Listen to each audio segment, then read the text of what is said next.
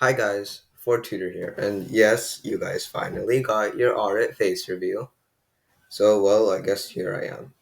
I don't have a green screen with me, so I can't hide the back of behind me. So you guys also get to see my closet, I guess.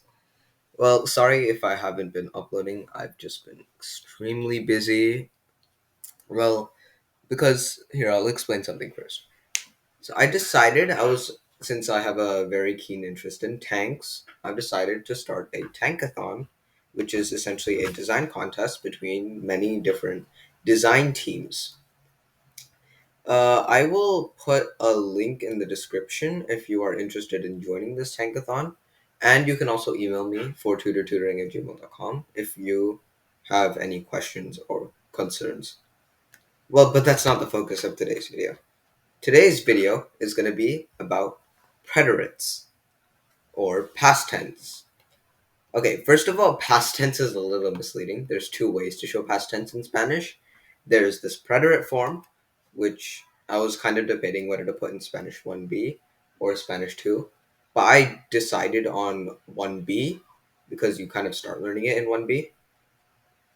But yeah, there's also a second way to talk about past tense, which is, I think, something a lot of 1B students don't know, and that's with the imperfect tense.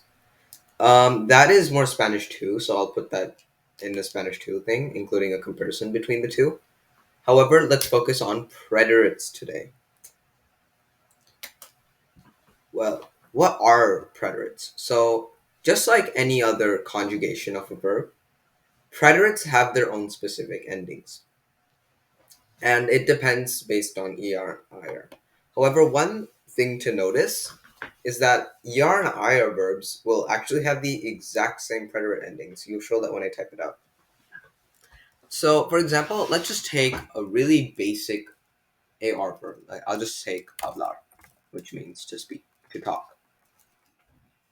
How there's again there's six different forms because there's six different conjugations, and but the conjugations, two of them have accents, so that's one thing to watch out for. So the first conjugation is the yo form, which is yo hable. So this is the ending for all regular preterite I er no not er ar verbs. So it's just the e with an accent. Remember, it's not hable. Hable is an usted command. You don't want to you don't want to say I you use talk. You would want to say I talk or I talked. So to do that, you would want to stress the e. So you want to stress the syllable. So it's hable. It's not hable. It's hable. The tu form is kind of similar to its present form. So it's actually tu hablaste. You basically just add the te instead of like because usually you would just add as, so instead you just add a te as well. So the usted form, I'm just going to use this. I'm not going to type everything. The usted form is hablo. Again, it's not hablo. That would mean I speak or I talk. You're using an accent here because yeah. So you want to differentiate between the two, right? It's hablo. You want to stress this. Remember, the nosotros form is kind of funny.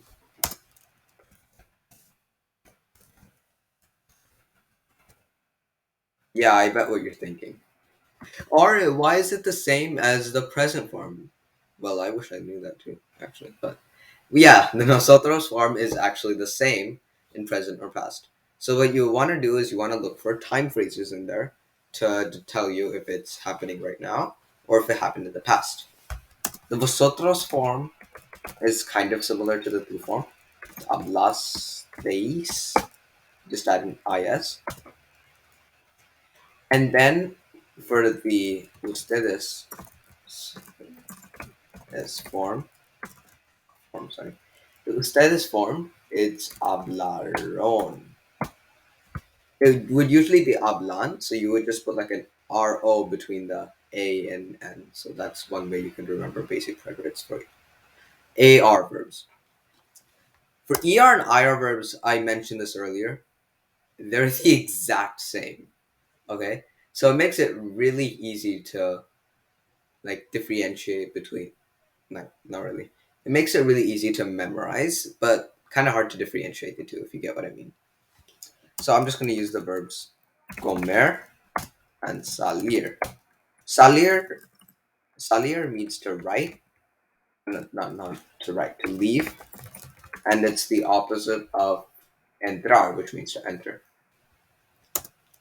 I'm just going to use comer as an example because salir, you should know that the conjugations for salir are going to be the exact same.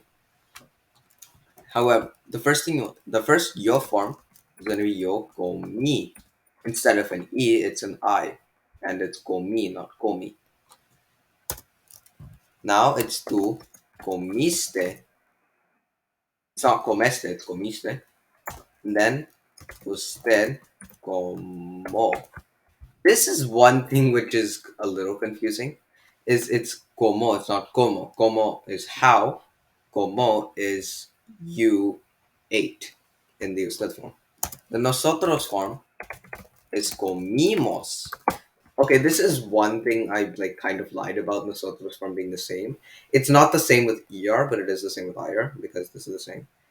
It's usually this would be comemos if it was the present tense. However, in this case, it's comimos. So that's one way you can say past tense. So the vosotros form is also pretty similar to comisteis. Then the ustedes form is going to be comieron. It's not comeron, it's comieron. It's not comieron, it's comieron. Ieron. And you should know that the conjugations for salir, or basically any other regular IR verb, is going to be just like this. It's going to have the X. Oh, I just realized I made a mistake with the usted form. It should be comio. It should not be como. Sorry about that. I'm human. I make mistakes too. I'm not a robot behind the screen. All right. So I'm going to talk about another irregular, just a really basic irregular preterite form. This just affects AR verbs, and it only affects a specific group of AR verbs. These verbs are collectively called car, gar, zar verbs. So to illustrate this, I'm going to use the verb buscar, jugar, and empezar. Empezar means to begin, if you guys don't know this. And buscar means to look for or to search, and jugar means to play. All of these actually have irregular yo forms. So let me show you how. For buscar, or for any other car verb, you would change the C into a Q, U, and then add the regular ending. So instead of being busque, it's going to be busque. The pronunciation is extremely similar, so you don't have to worry about it too much. So I guess that's one benefit. And for the GAR verbs, so jugar is an example. You just add an extra U, so it's going to be like it's going to be jugue, and it's not jugue, it's jugue, which I find confusing as well. Now for the ZAR verbs, these are different from the other two in that they don't have like a extra U or something. However, they are still irregular. So if I were to use empezar, it's going to be empecé. Again, all of these actually have like really similar pronunciations. So if you're talking to someone, it doesn't make much of a difference. If you're writing, it does though. So that's one thing to watch out for. In my next video, I plan to probably talk about some irregular preterite forms, like some more besides like the Kargar servers, and yeah, because I told you this was gonna be a series. You thought I was just gonna do this in one video. No, it'll be too long.